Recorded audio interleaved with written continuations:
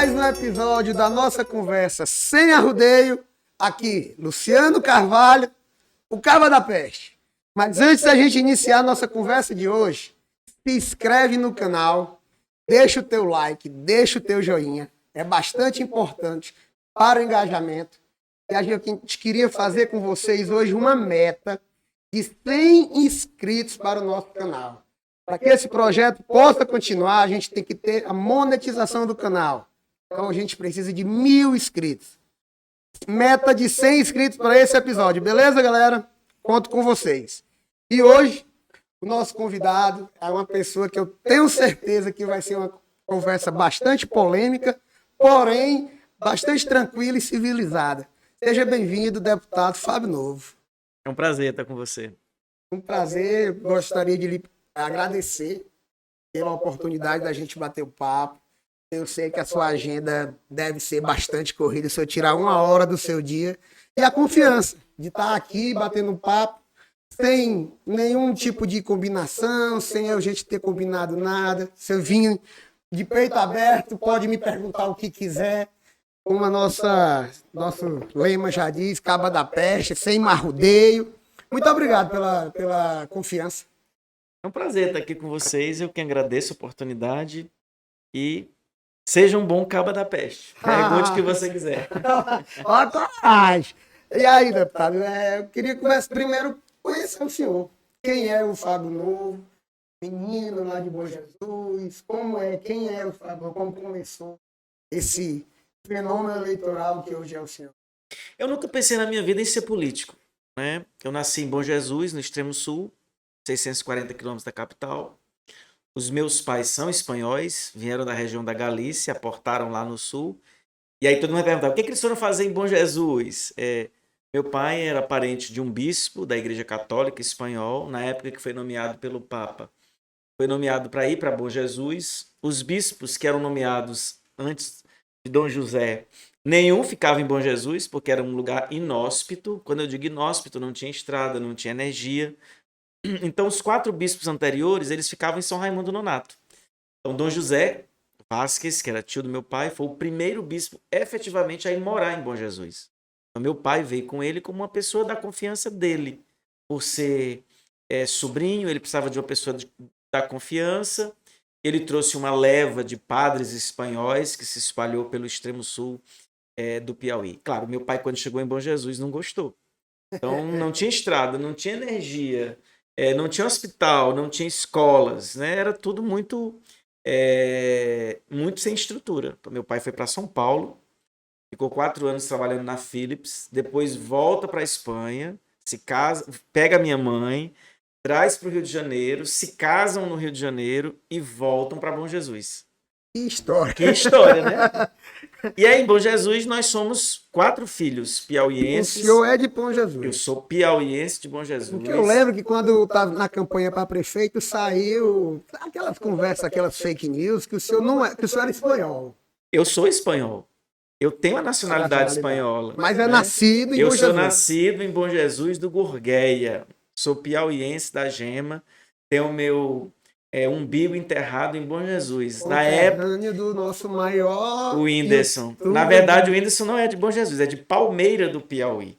É uma cidadezinha que fica próxima a Bom Jesus, né? Na verdade, ele fez toda a vida dele em Bom Jesus, estudou em Bom Jesus. Então, o meu parto quem fez foi Dona Maria de Liô, ainda é viva, é uma parteira, porque não tinha hospital em Bom Jesus. Então, somos 4 filhos, todos nascidos lá. Então, seu pai era padre? Não, meu pai não era padre, meu pai era apenas o sobrinho do bispo, que veio com ele como uma espécie de pessoa da confiança dele. Certo. E aí ajudou nos trabalhos da diocese, depois meu pai teve comércio, né? Depois teve imóveis e teve uma granja em Bom Jesus. E é essa a história do Fábio Novo, que nasceu em Bom Jesus. Então eu vim estudar aqui aos 14 anos de idade. Sempre sonhei em ser jornalista. Eu pesquisei, você é pedagogo também, Também, né? Sou pedagogo. Pesquisei um pouquinho. E sou jornalista. E o meu pai, ele sempre dizia que os filhos dele deveriam se formar, os 4. Era o sonho dele, porque ele não se formou. Na Espanha, quando ele veio para cá, ele veio muito jovem, com 19 anos. E então ele queria, como sonho dele, ver os 4 filhos formados. Então, tenho 2 irmãs formadas em educação física. Oh, que legal. As 2 são Os destinos doutoras. se cruzando. Olha aí. E eu fiz jornalismo e pedagogia. E tenho um irmão, que é gêmeo, fez direito. Você tem irmão gêmeo? Gêmeo. Que legal. Mas Isso. é univitalino? Vivitalino. Né? Vivitalino. E aí, o senhor seguiu essa vida lá em Bom Jesus. O senhor teve uma época que fez Aratou, participou de algumas encenações. Teve Então, isso? isso teve. Então, Eu entender um pouquinho, aí a gente vai. Com dúvidas. Então, assim, o esporte e a cultura foram as coisas que me levaram para a política. Como? A gente vinha estudar em Teresina e sempre no período das férias voltava para Bom Jesus. Então a gente ali começou a organizar um grupo de jovens que eram de Bom Jesus, mas que moravam na capital. Então, esse grupo de jovens, a gente fundou uma associação, a Associação dos Filhos e Amigos de Bom Jesus, e aí a gente concebeu um evento na cidade. Ele funcionava sempre nas férias, em julho e dezembro. A Semana Legal de Férias era o nome do evento. Que legal. Então, a gente tinha... Os filhos todos retornavam para confraternizar a Semana Legal. Exatamente. Então, a gente chamou o professor Davi, da Federal. O professor Davi, muita gente deve lembrar dele, do curso de Educação Física.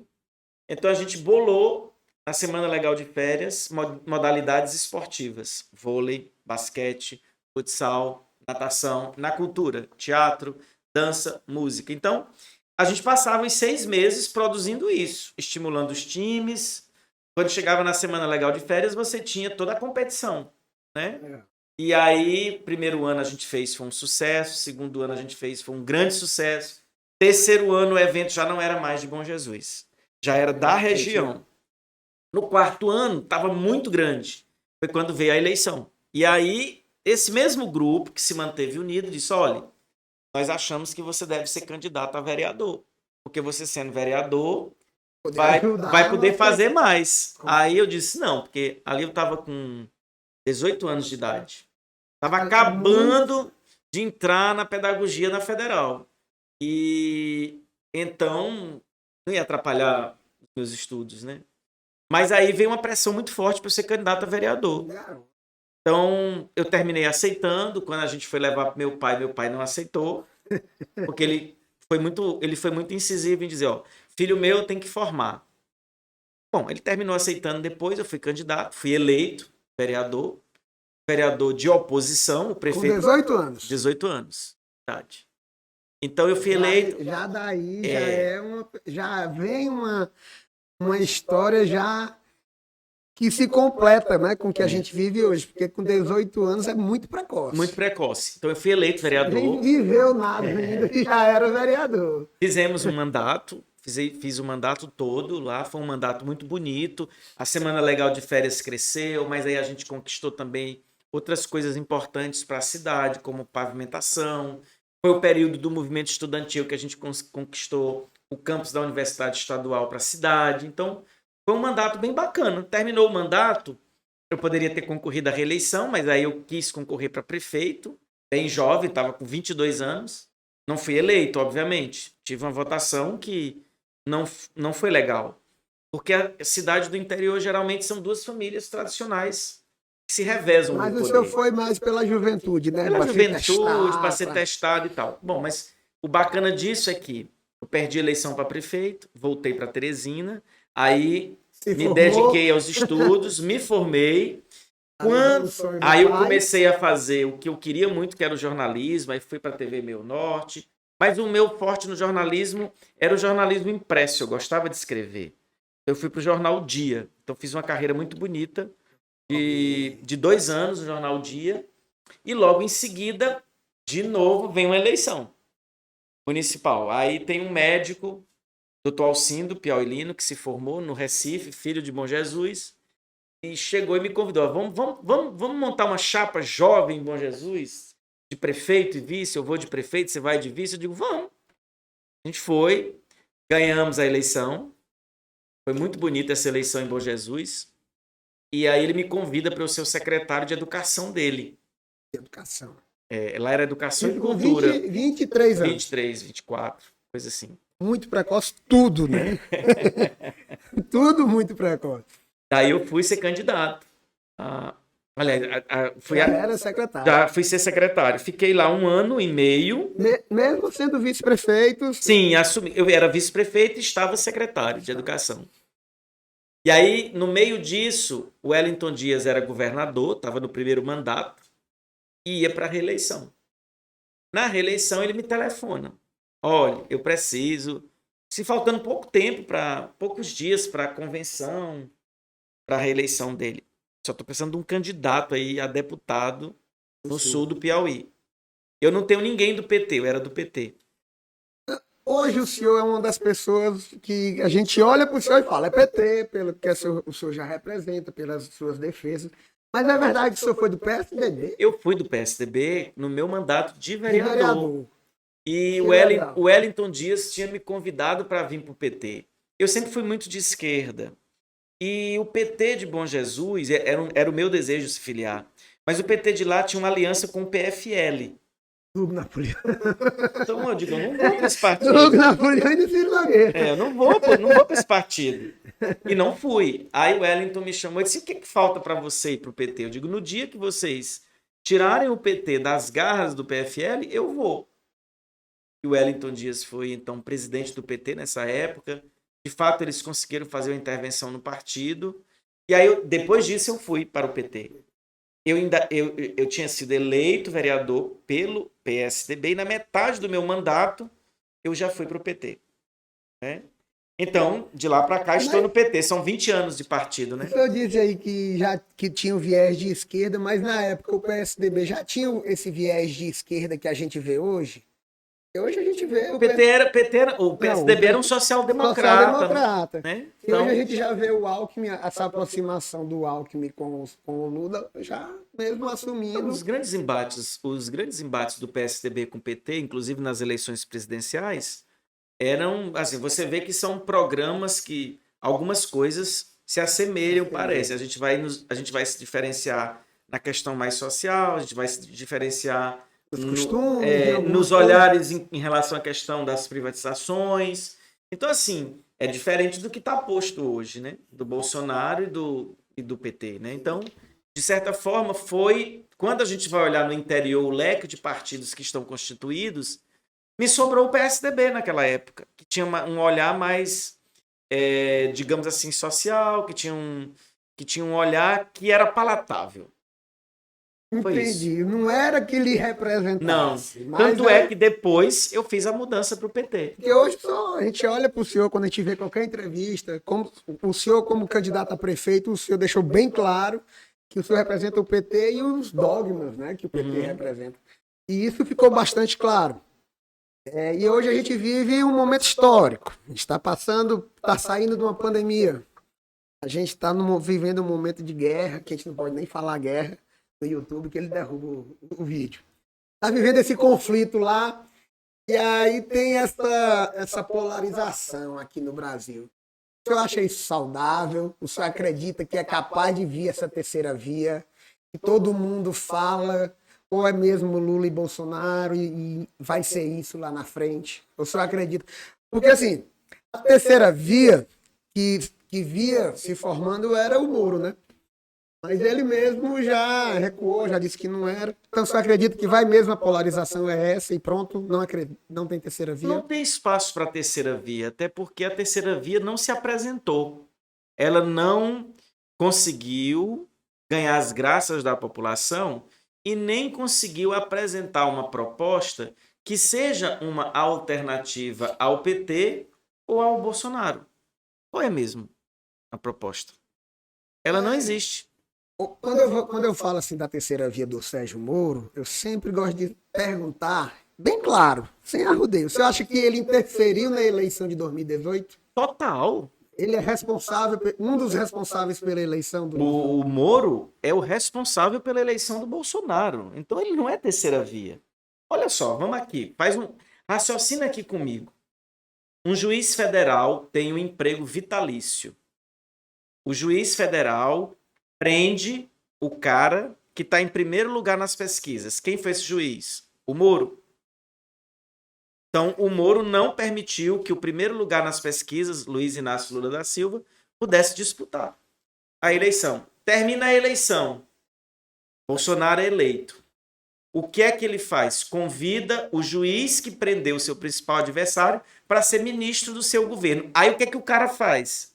O cara renuncia a um salário de 40 mil reais por mês da vida inteira que ele teria para ser ministro. Ele poderia ser ministro 4 anos, no máximo. Aí o cara vai ser ministro do Bolsonaro. O cara foi comprado, meu irmãozinho. Aquele áudio vazado. Aí ele usou como juiz das prerrogativas mais absurdas possíveis. Vaza áudio, faz condução coercitiva do Lula sem ter a necessidade.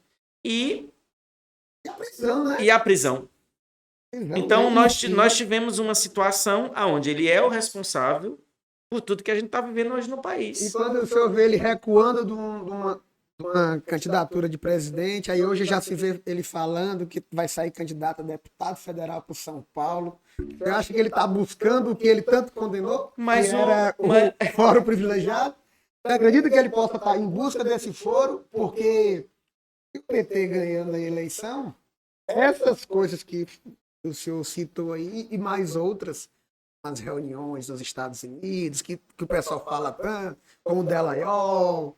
Você acredita que ele está atrás de um foro para ver se ele não vai preso? Você acredita que tem esse risco? Não, eu não acredito que o Moro vá ser preso, né? O máximo que ele poderia acontecer foi um juiz que teve já as suas condenações, e isso é muito ruim para a carreira de um magistrado, anuladas porque o Supremo já decidiu, a maior corte do país, que ele foi um juiz parcial.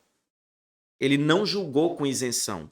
Em qualquer lugar do mundo, um juiz que prende um candidato que está em primeiro lugar nas pesquisas e que depois que passa a eleição, o seu adversário é eleito, é convidado para ser ministro do cara que ele ajudou a prender, não precisa você ter inteligência suficiente para raciocinar que aquele cara foi parcial.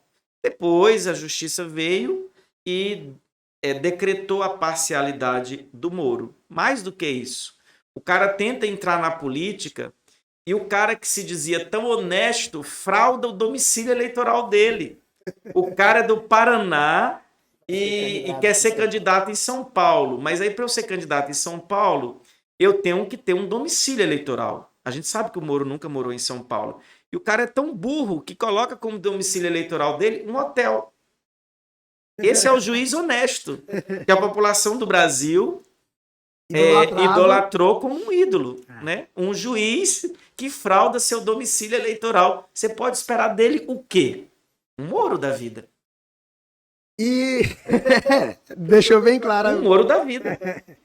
E o que é que o senhor acha dessa mudança, esse mirado Ciro Gomes com Lula? Porque nos últimos um mês, 40 dias, ele virou a metralhadora pro Lula e a gente tem ouvido, quem segue a internet, a gente tem ouvido muita coisa do Ciro Gomes falando do Lula. O Ciro é uma pessoa inteligente e que não soube aproveitar a sua inteligência. Na vida, a gente tem que ter coerência. O Ciro foi ministro de quem? Do Lula. Então o Lula hoje não presta. E aí... Então, deixa eu só te dizer uma coisa. Eu sou deputado. Você nunca vai me ver falando mal do Wellington Dias. Eu fui secretário do Wellington Dias.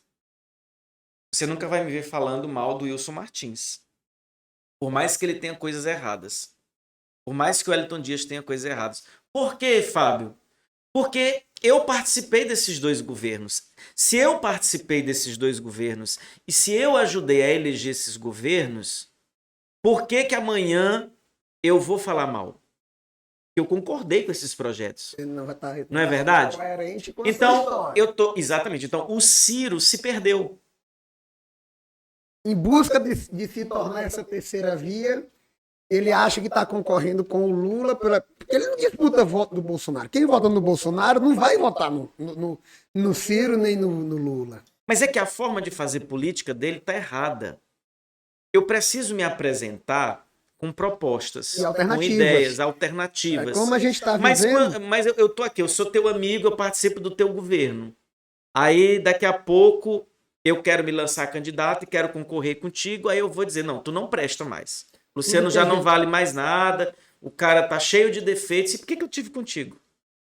Então, a história, ela vai cobrar isso das pessoas. E tá cobrando do Ciro. Então, o Ciro vai sair muito pequeno desse processo. Por que ele vai sair pequeno? Acho que a tarefa que nós temos hoje no Brasil é de derrotar o Bolsonaro. Não é porque eu queira derrotar o Bolsonaro, porque o Bolsonaro foi um governo ruim. Me diga um projeto bom que o Bolsonaro fez para o país. Esse cara todo dia, a única coisa que ele sabe fazer é gastar o cartão corporativo que ele tem para fazer motociata e um cara que não trabalha, não dá um expediente, não tem uma agenda positiva, não tem um programa lançado pelo Bolsonaro. Não tem. Então, a nossa tarefa é derrotar um cara que ontem teve. Se aqui fosse um país sério, o Bolsonaro estava preso hoje. Era isso, eu ia lhe perguntar Ele estava agora. preso, ele era para estar preso hoje. Que chamou Como é os que diplomatas. um presidente da República chama embaixadores de outros países Falar para sobre fazer sistema. uma fala de que as urnas eletrônicas brasileiras não prestam, que tem fraude? O cara passou 30 anos da vida dele sendo eleito pela urna eletrônica.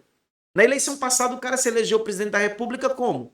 Através da urna eletrônica. Os mandatos de deputado federal que ele teve pela urna eletrônica. Não tem um incidente até hoje que comprove que uma urna eletrônica do Brasil foi fraudada. Um sistema de votação que é moderno, que deve ser comparado e que é elogiado no mundo inteiro. Você faz uma eleição aqui no Brasil com milhões de eleitores, em poucas horas você dá o resultado. Estados Unidos passa uma semana para dar o resultado de uma eleição presidencial. Você acredita que esse movimento dele possa causar algum movimento como o que teve do Trump lá nos Estados Unidos, caso ele perca?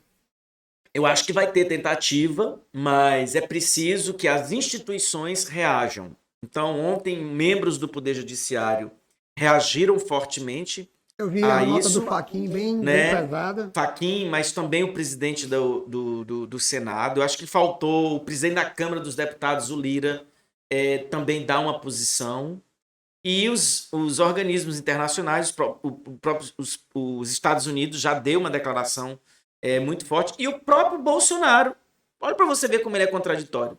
Na audiência que ele teve recentemente com o presidente dos Estados Unidos, o Biden, ele disse publicamente que respeitaria o resultado das eleições.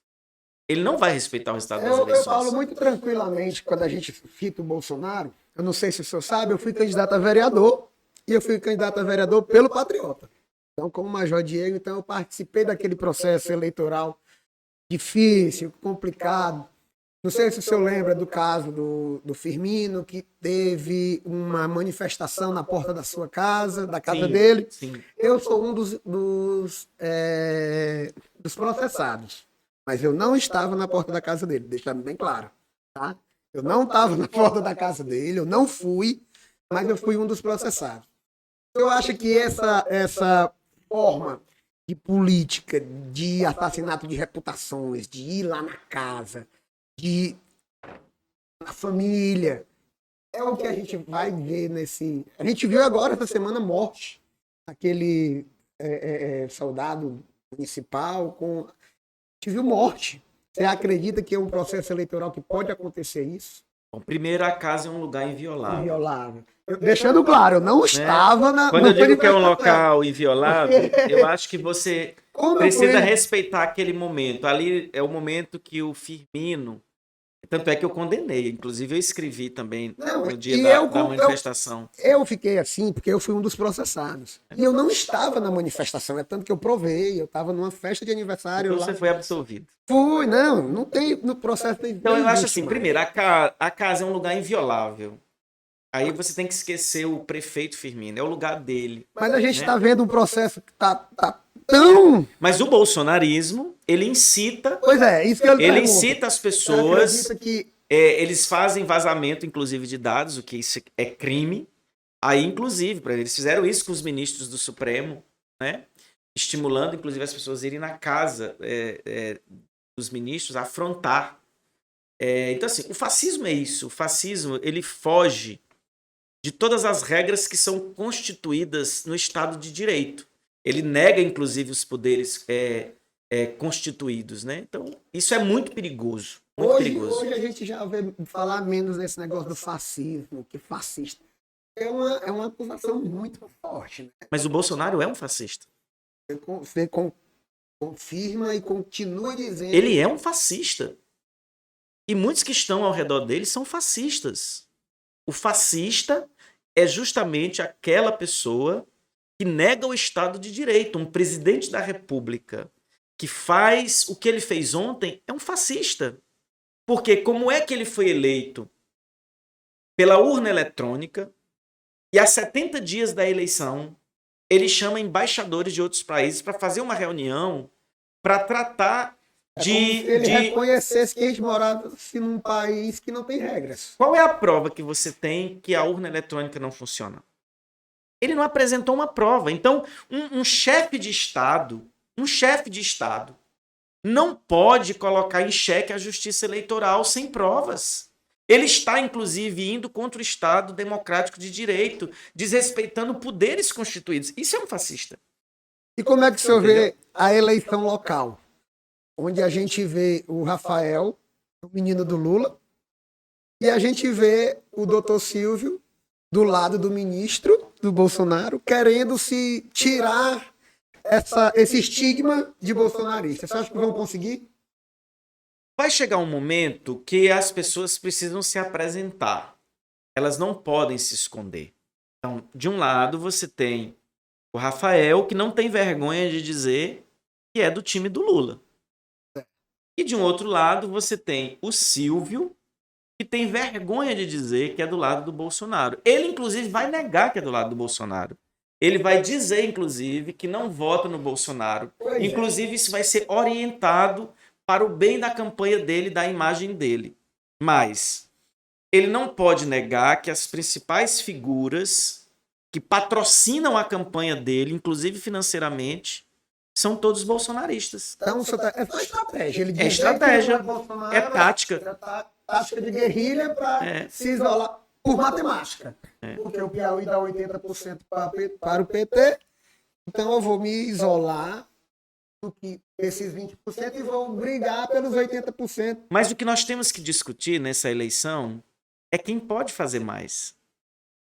Quem tem capacidade de fazer mais? É o Rafael ou é o Silvio? Eu tenho até medo de falar, porque, como você diz, o bolsonarismo ele é meio... E eu fui candidato representando... Eu fui candidato defendendo o Bolsonaro. Então eu falo muito tranquilamente. E uma vez eu falei aqui no podcast que o Rafael era um gênio. Aí pronto, eu estava vendido, que eu estava num processo que eu estava... E não é, o Rafael é um gênio desde a infância. Eu conheço o Rafael desde o colégio. O Rafael teve lauro acadêmico. O Rafael é 10 de cabo a rabo. Ele fez mestrado e doutorado. É um cabo da peste. Ele fez mestrado e doutorado em 2 anos. Claro. Então é isso. Mas assim, o que nós temos que discutir nessa eleição? Aí eu fui... Não é só quem está do lado do Lula ou quem está se escondendo do Bolsonaro. É quem tem capacidade de fazer mais. Qual é o projeto que pode fazer mais pelo Piauí? Eu acho que o projeto que tem capacidade de fazer mais pelo Piauí é Lula com Rafael. E nunca será Silvio com Bolsonaro. Por quê, Fábio? Porque no momento que nós tivemos a oportunidade de ter Lula e o Wellington Dias juntos na presidência e no governo do estado, o Piauí avançou. Onde, Fábio? Vou te dar 2 exemplos. 2. 1. Janeiro de 2003, o Piauí tinha 300 mil famílias, 1 milhão de pessoas vivendo à luz de lamparina. Veio um programa chamado Luz para Todos e esse programa levou energia para 300 mil famílias, que dá quase 1 milhão de pessoas. Passamos 100 anos, Piauí, com 2 institutos federais de ensino. Com Lula e o Wellington Dias e a Dilma, que entrou também um pouco no governo da Dilma, nós fizemos 18 institutos federais. Eu fui esse final de semana agora que passou em Corrente. Corrente é 900 quilômetros de Teresina. Um instituto federal implantado lá no governo da Dilma, que tem 1.100 alunos, que tem 65 professores com doutorado, mais 30 servidores técnicos, mais 30 terceirizados. Uma estrutura com laboratórios, com auditório, com boas salas, e meninos da área de TI que fizeram agora um app de vacinação que resolveu o problema da cidade, e que esse menino está trabalhando agora no Albert Einstein, em São Paulo.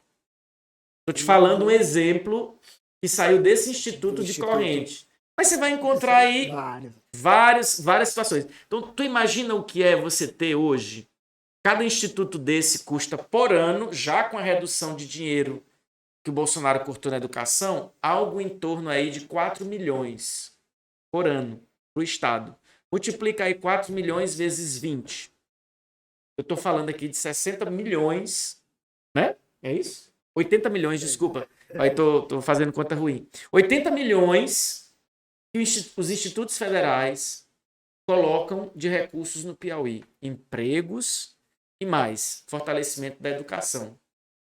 Onde é que nós imaginamos? Eu estou falando de 18 institutos federais só no governo do PT que chegou ao Piauí.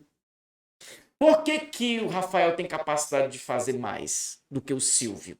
O Silvio foi prefeito de Teresina. Eu era jornalista. Acompanhei o Silvio. Uma gestão que, se não fosse o PT para ajudá-lo, ele não tinha nem terminado a ponte estaiada, cara.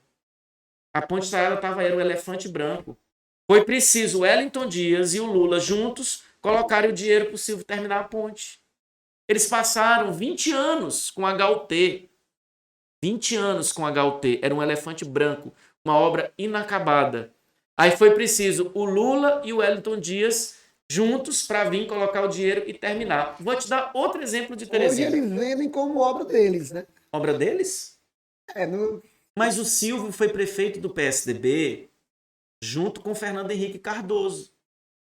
E foi secretário. Ele foi prefeito, foi secretário de saúde de Teresina, e o cara não conseguiu terminar 2 hospitais em Teresina. Foi preciso o PT chegar para ajudar.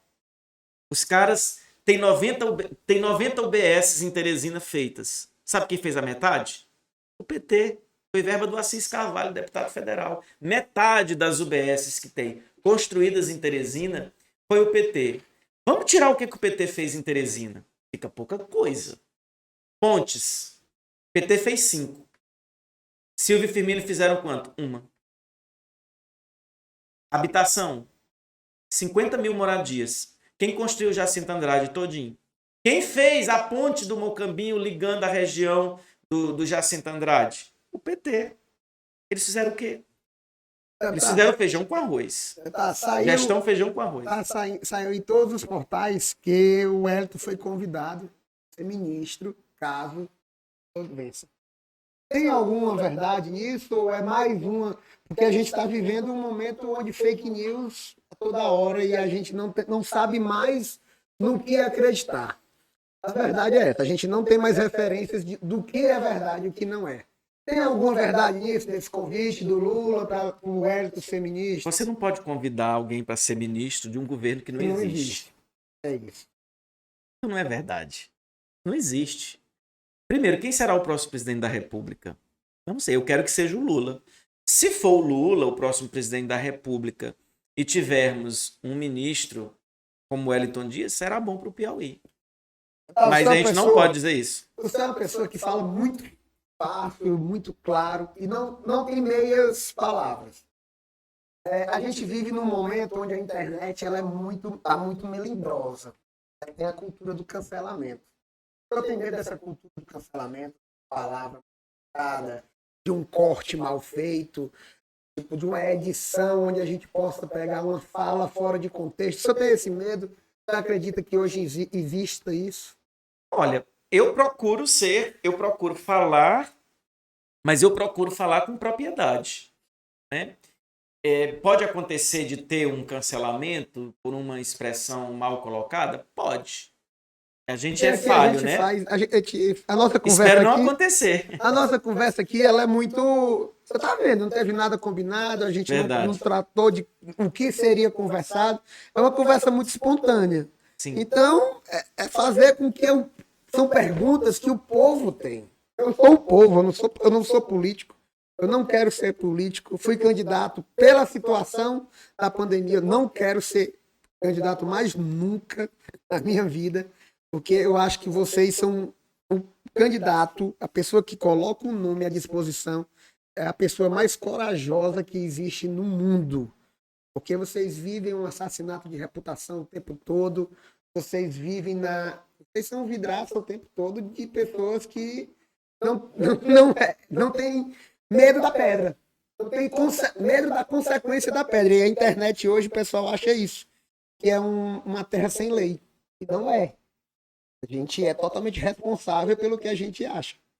Eu concordo, o senhor tem medo disso? Tipo, eu já vi algumas críticas e o senhor vai lá e rebate na própria internet. O senhor vai lá e contesta na própria internet. Não é bem assim. Então, o senhor não tem medo disso? Não, eu acho que você não tem que ter medo. Eu acho que, assim, eu acho que você tem que ter o foco de... Quando você está na vida pública, você tem que ir com a intenção de fazer o certo. Quando você vai com a intenção de fazer o certo e diariamente você faz o exercício certo, não há o que temer. Então, eu fiz da minha vida esse lema. Então, fazer o certo. Não preciso fazer o errado. Bom, eu posso errar? Posso. Mas o meu erro nunca será proposital e com maldade. Então, por isso que eu fico muito à vontade. Por isso que eu fico à vontade de ir lá e de responder. Claro, algumas coisas a gente sempre percebe que tem a malícia política, tem geralmente algumas críticas que vêm de sites que são bolsonaristas. Você acredita que são sites pagos para alguém, bancados? Ou é mesmo, ou ele, vamos falar abertamente, você acha que alguém banca ou é aquele pedido de Pix é verdadeiro? Posso citar o nome porque senão eu vou levar processo. Você sabe de quem eu estou falando. Você acredita nisso? Tem alguém bancando ele? Tem muita maldade ali. É o que eu posso te dizer. Tem muita maldade e o final não é bom. Mas você acredita que a final maldade é triste. É dele? A maldade é não, dele? Isso eu não posso responder, não tenho propriedade. Mas o final que eu posso dizer é que não é bom. A consequência não vai ser O final não é bom. Porque o que acontece? Você faz muitas acusações sem provas, isso vai render muitos processos na justiça, inclusive hoje já tem várias condenações. Então isso é muito ruim. Tem hoje, inclusive, você pode dizer, temos condenações por fake news. Porque o que é o jornalismo? Para quem fez jornalismo, eu fiz. Eu nunca tive uma matéria minha contestada. Eu não consigo conceber que você faz uma denúncia de alguém e você publica a denúncia sem no texto da denúncia ter já a resposta do denunciado. Porque aí você não está fazendo bom jornalismo. O bom jornalismo é quando eu tenho uma denúncia do Luciano, mas eu tenho que publicar não só a denúncia do Luciano. A minha publicação já tem que conter a versão do Luciano. Então, no exercício do jornalismo, eu sempre fiz isso. Então, desconfie de alguém que denuncia e que não coloca na denúncia a resposta do denunciado, a outra parte. Porque aí o que vai acontecer? Aí você já está cometendo uma injustiça. Porque alguém que vê um texto teu publicado de uma denúncia qualquer que seja, sem conter a resposta e o direito de resposta de quem está sendo acusado, pode desconfiar, tem algo errado aí. A intenção não é informar. A intenção é pré-julgar, é assassinar reputações. É isso. Deputado, o senhor é muito fácil, a gente bate papo aqui, o nosso papo vai longe. Eu tenho algumas perguntas que o povo fica encucado na cabeça do povo. Pergunte. Uma das perguntas. A gente vê um prefeito como o prefeito Joel de Floriano, que é prefeito de uma das maiores cidades, com as maiores arrecadações, é o prefeito de uma cidade grande. Aí a gente vê o Joel sair de uma prefeitura daquela, largar uma prefeitura daquela no meio do mandato para concorrer contra o fenômeno eleitoral que nem o Wellington Dias. O Wellington Dias é um fenômeno, ganhou 4 eleições no primeiro turno para governador. É muito estranho. O Silas, nessa cadeira aí que o senhor está sentado, ele diz, ele está ganhando alguma coisa, só não é a eleição. Eu queria a sua opinião. Como é que o senhor vê isso? O Joel largar a prefeitura para concorrer contra um fenômeno eleitoral como o Wellington Dias? Não, primeiro, eu acho que ele tem o direito, é um direito que ele tem, qualquer pessoa tem o direito de concorrer à eleição. Precisa apresentar uma plataforma. Agora, o Joel, ele vai incorrer novamente. A internet é maravilhosa. Ela é maravilhosa. Não, ela é maravilhosa porque você sabe o que tem de mais bacana na internet? O exercício da coerência. Dá pra gente buscar todo o histórico da... O Joel agora se apresenta como candidato, batendo no Wellington Dias. Ele foi aliado do Wellington até ontem. Dizia que era o melhor governador. Governador que levou muitas obras para Floriano. E aí? Eu tenho muita... Aí agora o cara não presta mais? Então, assim, a internet é bacana porque... Vai lá, digita aí no Google. Joel e o Wellington Dias. Aí você vai ver. O cara era amigo do Wellington até ontem. Hoje ele não presta mais. Mudou da água para o vinho. Por quê? Então, assim, é preciso a gente fazer o exercício da coerência. E cada vez mais, quem deseja ir disputar um cargo vai ser cobrado pelo exercício da coerência. Porque vai ser... A internet, como o senhor diz, a gente vai ter uma eleição totalmente digital. Que é internet, é Instagram, é WhatsApp. A televisão vai contar pouco dessa vez, eu acredito. E aí a gente vê uma... Então, resumindo, você me perguntou o que eu acho. Sim. Eu acho que não é uma candidatura coerente, mas ele tem o direito de concorrer. Sim.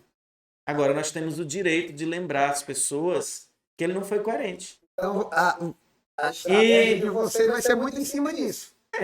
Do que foi feito, de quem estava do lado de vocês até ontem, e a partir de hoje já não é mais. A questão não é só de quem está do lado, é o que foi feito. O Wellington Dias cumpriu com o mandato dele como governador para Floriano? Sim, ajudou. Obras importantíssimas para a cidade de Floriano.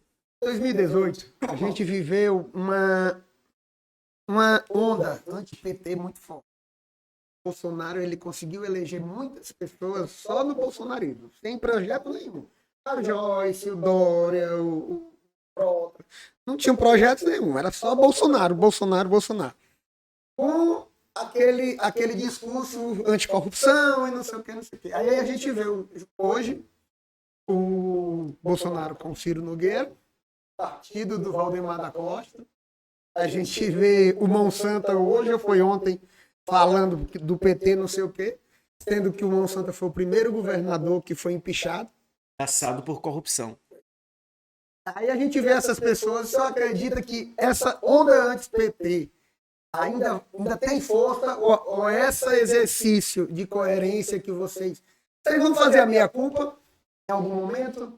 Ou vocês reconhecem que tem que fazer a meia-culpa ou não?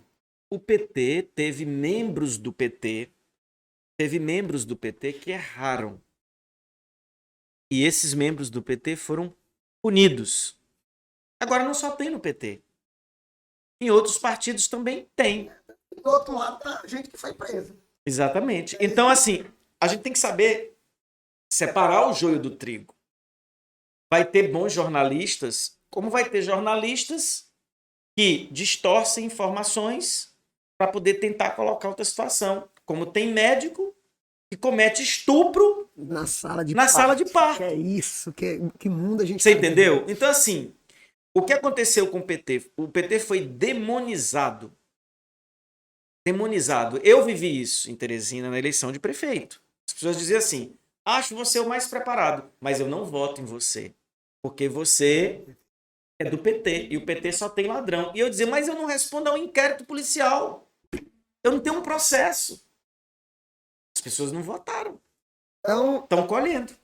Essa onda anti-PT, só acredita que... Essa onda anti-PT, ela diminuiu bastante. Por que ela diminuiu bastante? Porque de lá para cá, da eleição de Teresina para cá, onde o antipetismo ainda era muito forte, ainda tem, sim, onda anti-PT, mas o antibolsonarismo hoje é muito mais forte. Vocês acreditam que o PT criou o Bolsonaro? Não. Eu não acredito. Não. Porque assim, hoje eu vendo... Não, o PT não criou Bolsonaro. É que as pessoas são seletivas no seu ódio. Como assim, Fábio? As pessoas são seletivas. Como é que você deixa de votar? Você não acha Escute, como é que você deixa de votar num professor da USP, conceituado como Haddad, para votar no Bolsonaro? Por ódio do PT? Você não acha que se o PT não coloca o Haddad como candidato, já que ele não reconhecia a prisão do Lula, ele não reconhecia o processo todo que foi feito. Se ele se retira do processo eleitoral, o PT naquele momento, esse ódio contra o PT não seria menor? Não, não. Ia ter ódio, como tem até hoje. É que esse ódio é seletivo. Ele é espalhado por boa parte das elites, né? Então, tem muita gente hoje que ainda tem ódio do Lula e acha que o Lula é um ladrão.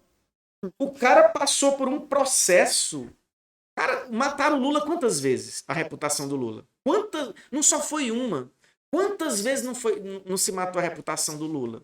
E o cara provou por A mais B que é inocente, mas tem gente que não acredita. Acha que o Lula não foi inocentado. Entendeu? Então, isso é o quê? É seletivo. Então, sempre vai existir o antipetismo, só que hoje ele arrefeceu. Quando o senhor vê o candidato do outro lado, é o opinião do Lula. Quando o senhor vê o candidato do outro lado e no palanque o senador Ciro. O Ciro hoje é o homem forte do governo. Só que na campanha passada ele estava no palanque junto com a Dilma. E com Lula. Então, o que é que o senhor espera? Se o Lula ganhando, ele vai estar no mandato do Lula? O Ciro é governo. A história do Ciro mostra que ele é o quê? É governo. Então, o Ciro já foi Lula, já foi Dilma, já foi Temer, hoje é Bolsonaro. E amanhã ele será o que ganhar. Então, quando a gente vê lá o mandar aquela campanha, porque parece que o doutor Silvio está em campanha meio que à força, né? Tiraram ele da rede meio que à força, que ele não está com muita vontade, não. E aí a gente vê aquela animação. Só acredita que possa acontecer que daqui 2 anos ele eleito, possa acontecer dele renunciar para deixar a Iracema tomar de conta e ele voltar para prefeito? Eu não vejo essa possibilidade. De jeito algum. Porque eu já vi algumas pessoas comentando, falando sobre isso. Sobre essa possibilidade, caso ele venha a ser eleito. Porque ele não estava muito afim de ser candidato. Já botaram ele meio que à força. Então, eu já vi algumas pessoas comentando essa possibilidade. O senhor não acredita que... Não, eu acho que não. Acho que não. Acho que não. Isso é a nossa conversa. É um bate-papo onde a gente mostra as perguntas do povo. Você tem acompanhado a internet? Sim. O meio da internet? Tem 2 personagens que estão fazendo o maior sucesso na internet. TV Piqui e o Doutorzinho. E o Doutorzinho. O que é que o senhor acha daquilo ali? O senhor acha que é interessante? O senhor acha que, tipo, a forma que o Rafael aceita a abordagem do Doutorzinho e a forma que o Doutor Silvio aceita a abordagem da TV Piqui? Eu acho que são 2 pegadinhas que tem para a eleição, que é para testar, que é justamente para testar o nível de paciência que os candidatos têm. Entendeu? Essa que saiu da TV. E aí tá provado, tipo assim, o nível de paciência, até agora que se demonstrou, o Rafael tem paciência. O Silvio não tem paciência. Eu vi uma cena, inclusive, do Silvio pegando uma cadeira para ir pra cima. O Doutorzinho deitando na lama. A gente viu ontem saiu um dono de um sistema de pesquisa correndo, se escondendo para não ser filmado. Você acha isso saudável? Não, eu acho que essas situações elas vão revelar coisas, entendeu? Porque a internet é isso, e a campanha. Antigamente, no interior, na noite antes da eleição, saía as cartas, né? Era falando dos prefeitos, dos candidatos. E hoje a internet é isso, é um meme, é uma piada. Exato. Então, esses 2, eu falei com o Ângelo, eu conversei com o Ângelo, e ele está preocupado. Tipo, não revela onde é o estúdio, não revela a hora que a gente vai gravar. Ele está com medo das coisas que ele tá, pelo que ele faz. Quem se propõe a fazer o que o Efraim está fazendo, e obviamente também a TV Piqui, Você tem um preço para pagar, não é isso? O senhor assistiu a nossa conversa com ele? Não, essa A eu não vi. Eu não explicação, vi, eu não a vi. explicação dele do nome da TV Piqui. Não, não vi. Eu vou mandar o link Mande, para o por senhor, favor, eu quero porque ver. é hilária a explicação dele. Deputado, eu queria lhe agradecer por esse bate-papo assim descontraído. Tem muita coisa para a gente conversar. A eleição é uma eleição que é única, histórica. A gente sabe que vai ser uma eleição disputada. Eu acredito que é a maior de todas. Eu acho que vai ser bem disputada, como foi a eleição, me lembro bem, do Monsanto. Teve uma eleição O dele com Átila, Napoleão, acho que foi com Átila Lira, o Napoleão, não foi não? e foi bem disputada, né? Eu acho Você que essa acredita? eleição caminha também para isso. E essas projeções onde a gente vê, saiu um áudio hoje ou foi ontem, falando do que eu falo muito abertamente que aqui a internet a gente pode conversar. O ministro mandando instituto de pesquisa dizendo que vai sair daqui de Teresina com 100 mil votos de diferença. Aí a gente vê o dono do instituto de pesquisa correndo Ó, deixa eu te dizer uma Você coisa. acredita Não. nisso? Você acredita que isso... As últimas eleições presidenciais. É bom lembrar, Lula sempre ganhou em Teresina. O Wellington ganhou as 4 eleições em Teresina. O PT nunca foi bom em Teresina para a prefeitura, né? A gente nunca conseguiu romper essa barreira. Mas para governo do estado, você pegar o histórico das eleições, o PT nunca perdeu em Teresina. Nunca perdeu em Teresina. Ganhou em Teresina. Então, eu acredito que tem agora um momento mais favorável para o PT do que foi, inclusive, a eleição municipal que eu participei. Porque tem um antipetismo arrefecido, né? E tem uma onda favorável ao PT. O PT reconquistou os jovens. É bom que diga isso. Essa campanha que foi feita dos jovens de 16 a 18 anos para tirar... Eu acredito que foi uma estratégia de marketing do PT para trazer essa população que, por identidade, é PT? Também.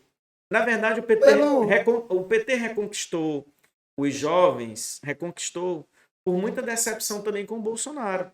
Por quê? O que tem de política pública para a nossa juventude do governo Bolsonaro? Não tem nada. Absolutamente nada, né?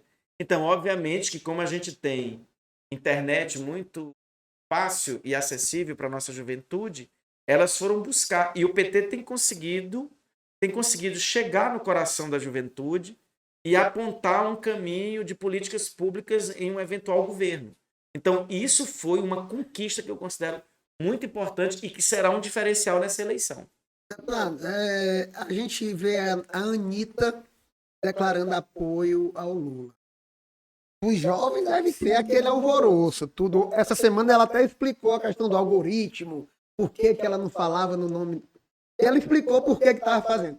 E aí, ao mesmo tempo, na mesma fala que ela declara apoio ao Lula, ela diz que ela é pro Lula legalizar a maconha. Você não acha que isso, do mesmo jeito que ajuda, atrapalha, do mesmo jeito que traz o jovem... Mas qual é a maconha que ela quer legalizar? Ela quer legalizar o uso recreativo da maconha. Beleza. E aí a gente tem que ver que... Aí o Bolsonaro foi até lá no cercadinho e disse, vem Lula, vamos falar, você vai legalizar a maconha, tudo, porque não está uma disputa de conservador, que de conservador não tem nada. Se a gente for ver quem está lá dentro. O Bolsonaro é da família cristã. Já teve 4 casamentos. Não, mas eu lhe pergunto isso. Você acha que esse tipo de abordagem, quando uma estrela mundial como a Anitta declara apoio ao Bolsonaro, e na mesma fala, ela fala sobre um tema delicado. Mas esse tema não é delicado. É delicado para os ignorantes. Você é a favor da legalização? Claro. A gente tem que ter coragem de dizer, mas legalizar como? Por exemplo, os estudos todos que tem. Os estudos apontam o quê? A quantidade de coisas boas que pode ser feita com a maconha. Não, mas no uso recreativo, no caso que ela... Precisa pensar... precisa pensar bem o que é que você vai legalizar. Eu sou a favor da legalização para que a gente possa ter as propriedades medicinais. Em vários estudos que já estão comprovados. Droga, a gente precisa ter a maconha proibida no Brasil. E todo mundo tem acesso. E todo mundo tem acesso. E aí? Como é que a gente vai fazer? É mais fácil comprar maconha do que comprar uma carteira de cigarro. Então, A carteira de cigarro não tem delivery. e aí? Tá faltando uma política pública. Não é isso? Então, aí você faz uma pegadinha dessa na eleição, faz um corte e solta. Então, assim, o que mesmo que o Bolsonaro fez para combater drogas? Essa quantidade de O que o Bolsonaro... aí, O quê? de apreensão de droga que a PRF está fazendo, todos os Qual recordes. é a política pública que tem? Ah, As nossas fronteiras foram fechadas? Tem um rigor maior para o uso, para a entrada de drogas? Qual é a política que tem? Não tem, meu querido. A política que tem é armar o povo para se matar. É isso que ele fez. Bolsonaro, eu sempre digo para você, o que eu vou falar que é muito forte. Ele abriu o armário e autorizou que os espíritos de porcos pudessem sair para matar. Matar. E ele autorizou, disse, agora tá mais fácil você ter uma arma em casa. Para quê? Para matar. Foi isso que... O policial que matou pai, mãe, irmã, todo mundo era o quê? Bolsonarista. acho que tem alguma ligação? Claro que tem. Eu sou um líder de um país e eu passo 3 anos do meu mandato estimulando o uso de armas. Isso vai culminar em quê?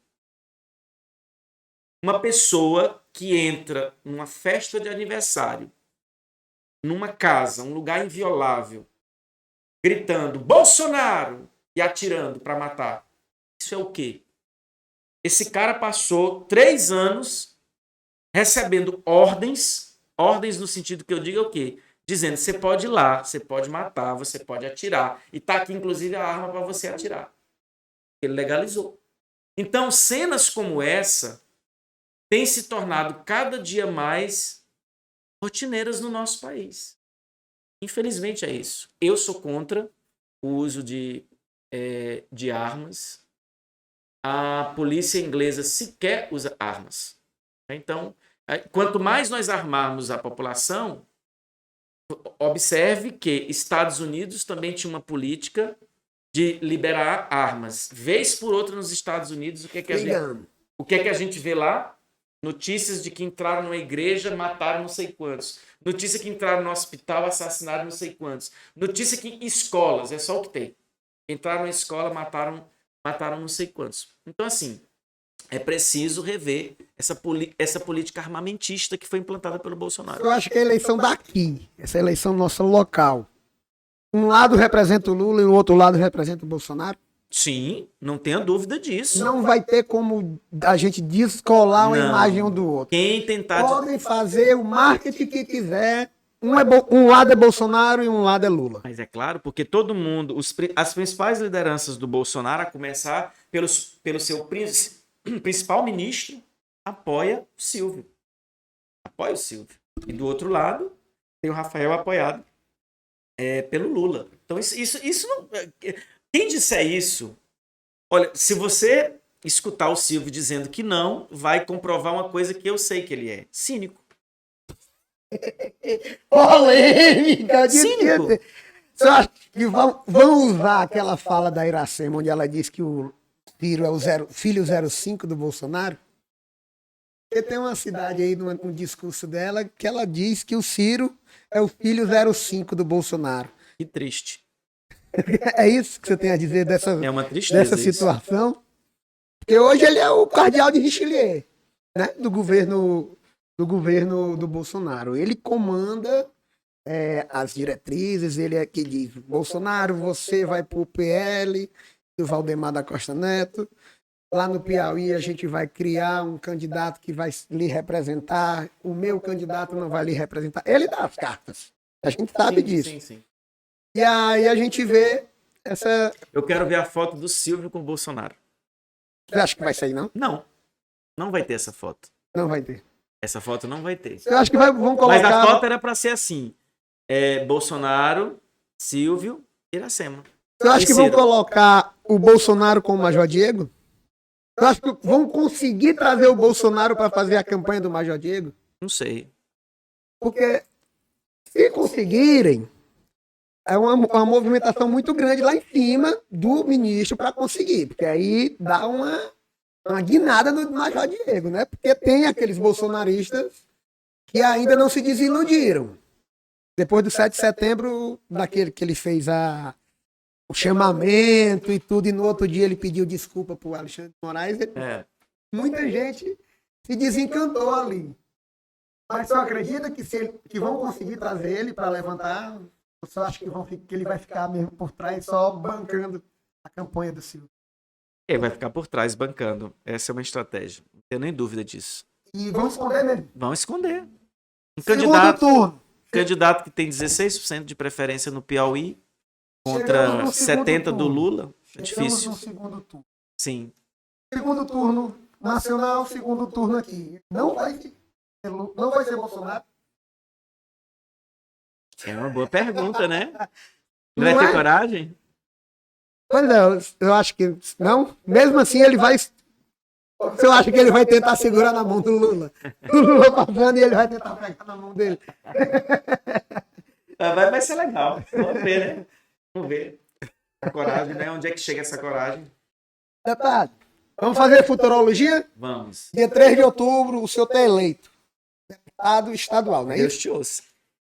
O senhor, pela sua história, pela sua trajetória, o senhor sabe. O senhor acha que vai fazer um governo melhor com o Rafael ou com o Silvio? Olha, nós conquistamos, nesse último mandato do governador Wellington Dias, algo que foi extraordinário. O estado do Piauí é um estado pobre, a arrecadação ainda insuficiente, mas com o Rafael a gente conseguiu fazer o planejamento dessas contas. Por que eu acredito no Rafael? Porque foi na pandemia, no momento que os estados perderam receita, no momento duro, que ele organizou as contas, começou a pagar o salário dentro do mês, pagou todos os fornecedores e ainda fez um projeto que é fabuloso, que leva obras para 224 municípios, independente do prefeito votar nele ou não. Então, estou convencido que esse cara é bom para o Piauí. Tem visão empresarial, é novo, não tem vícios da política, né? Então, na verdade, ele é a novidade da política. Eu não sou, Silvio não é, porque já tivemos mandatos. Já fomos testados. Né? Então, ele é a novidade da política. Então, por isso que eu acredito que se a gente mantém o Piauí nesse trilho e com um governo federal que seja seu aliado, a gente vai poder avançar muito mais. Não tenha dúvida disso. Agora, hoje, qual é a situação que nós temos? Nós temos uma oposição que quer ser governo, que está no governo federal, que atrapalha todo dia em dinheiro para o Piauí, porque eles querem vender o discurso do caos. Como é que eu posso acreditar em alguém que deseja governar o Piauí se hoje boicotam os recursos para fazer o reparo da estrada de Corrente para Parnaguá, Curimatá, Redenção do Gurgueia? Porque um senador que colocou o dinheiro para recuperar essa estrada é o senador Marcelo Castro. E o senador, que hoje é ministro, boicota para o recurso não chegar, para não ser feito. Essa pessoa que é o bem do Piauí? É essa pessoa que está apresentando um projeto de alternativa para o Estado. É essa mesma pessoa que boicotou dinheiro para fazer a ampliação do hospital universitário para instalar uma ala ligada ao câncer. Nós só temos o Hospital São Marcos no Piauí inteiro. Essa pessoa que é o bem do Piauí? É isso que nós temos que discutir, meu querido, no dia 2 de outubro. Porque voto importa em consequência. Nós votamos no Bolsonaro. Eu, graças a Deus, não votei. E quando digo nós, o Brasil escolheu o Bolsonaro para ser presidente. O que aconteceu? As pessoas estão mais pobres, o combustível está caro, o quilo da cebola está R$10, gás passou de 130. Qual era a promessa do Bolsonaro sobre o gás? E não venha me dizer aqui que a culpa é de governador com negócio de combustível, não. Ele perguntar já. Não venha me dizer, não. O que você acha desse negócio do ICMS aí? História, compadre. Quem dá aumento de combustível é Petrobras.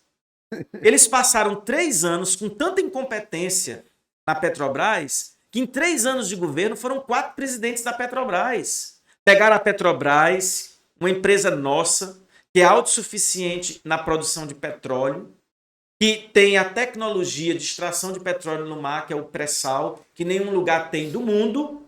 E o que fizeram? Venderam para as empresas americanas fazer a extração. Sucatearam nossas refinarias. Botaram a política de preços dolarizada. Aumentou o dólar, a gente pega o nosso petróleo, extrai no Brasil, manda para lá, para fora, refina o nosso petróleo lá fora, vende de fora, vende para a gente de volta o que é nosso. Nós viramos uma colônia, como éramos de Portugal. E estamos comprando o que é nosso com preço no dólar. Aí taca aumento. Taca aumento. Por quê? Para dar lucro para a Petrobras e para os acionistas que são americanos. Quanto a Petrobras lucrou no primeiro trimestre desse ano? 44 bilhões. Aí, como o cara é incompetente, não tem força para mudar a política de preços, começa a fazer uma cortina de fumaça. Diz, não, tem que baixar o ICMS dos estados. Pronto. Foi baixado o ICMS dos estados. A gasolina começou a baixar um pouco. Mas não baixou o gás de cozinha ainda. Não baixou o óleo diesel, que é o principal, porque a gente vive do óleo diesel para fazer os fretes de tudo que a gente... das mercadorias. Aí é preciso o deputado Fábio Novo fazer uma denúncia no PROCON para os donos de postos começarem a baixar. Beleza, vai baixar um pouco agora, até a eleição. Depois que passar a eleição, eles vão dar um aumento no combustível, porque os acionistas internacionais, a não ser que tenha queda no barril do petróleo. Aí o que vai acontecer? Com a guerra lá não vai. Pois é, aí o que vai acontecer? Porque nós tivemos uma política durante 3 anos de aumento de combustíveis. Vou te dar um dado. Durante 8 anos do Lula, gasolina aumentou 43 centavos. Durante 3 anos de Bolsonaro, gasolina aumentou R$4.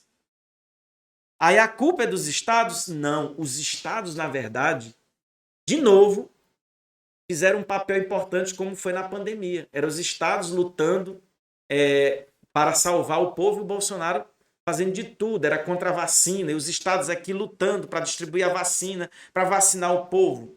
Os estados agora abriram mão de receita para tentar frear o preço. Só que o que vai acontecer? Vai baixar agora, depois que passar a eleição eles vão aumentar de novo e o que nós tivemos agora de lucro no bom sentido, de baixar o preço dos combustíveis, vai aumentar novamente. É isso. Deputado, eu queria lhe agradecer pela possibilidade da gente conversar. Eu lhe aperriei muito nas redes sociais. É verdade. Para que o senhor estivesse aqui. Mas era para ter essa conversa. Para ter essa conversa aberta, descontraída, que o senhor pudesse falar a sua verdade. Eu acredito que democracia é isso. Se eu tenho a sua verdade, eu tenho a minha verdade, e a gente conversa. E os nossos seguidores vão tirar as suas conclusões. Exato. Muitíssimo obrigado pela oportunidade. Utilize-se das nossas câmeras. A gente está chegando a 100 mil seguidores, juntando todas as redes. O nosso podcast já está chegando a 32 mil visualizações, com a 23ª episódio. Então é uma grande quantidade de pessoas que o senhor pode não ter acesso, porque são pessoas que são seguidores do YouTube, são nossos seguidores. Use nossas câmeras e fique à vontade aí, fale o que o senhor quiser. Eu queria só agradecer esse momento. Não sei se respondi o que você gostaria, mas falei o que eu sinto e dizer também, me sigam nas minhas redes sociais. O meu Instagram é Fábio Nunes com Z novo. Fábio Nunes novo. O meu Facebook. Olha que muita gente não usa Facebook, viu? E para política, principalmente. É Fábio Novo. Estou à disposição. Quando precisar, é só me chamar. Um abraço. Eu gostaria de agradecer mais uma vez pela disponibilidade. Eu sei que a sua agenda é corrida. E galera, esse foi mais um episódio, mas antes, vamos lá, vamos lembrar da nossa meta, 100 seguidores para esse episódio, beleza? Segue o nosso canal, deixa o teu joinha, deixa o teu ok, escreve aqui embaixo se tu concorda com o deputado, se tu concorda com o que ele falou, se tu discorda também, deixa aqui embaixo, beleza? Isso. Aqui é Luciano Carvalho, o Caba da Peste.